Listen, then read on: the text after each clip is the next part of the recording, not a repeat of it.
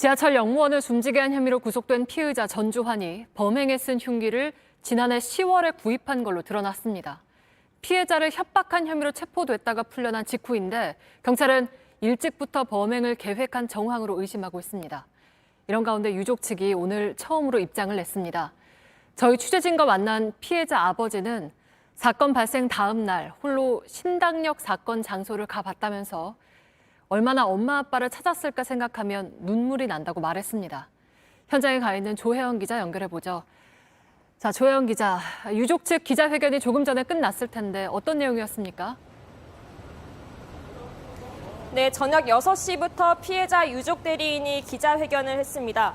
사건 당시 전주환은 이미 스토킹 혐의 등으로 재판에 넘겨진 상태였는데요.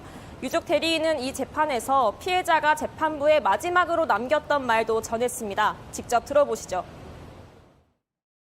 피고인이 저에게 절대 보복할 수 없도록 엄중한 처벌을 해주시기 바랍니다. 하지만 피해자의 바람은 이루어지지 않았습니다. 전주환은 선고 하루 전날 스토킹 살인을 저질렀습니다.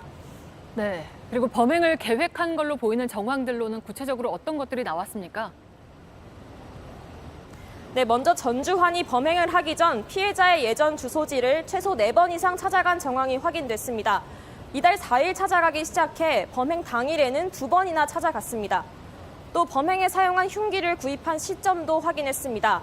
지난해 10월 피해자를 협박한 혐의로 경찰에 체포됐다 풀려난 직후인 것으로 파악됐습니다.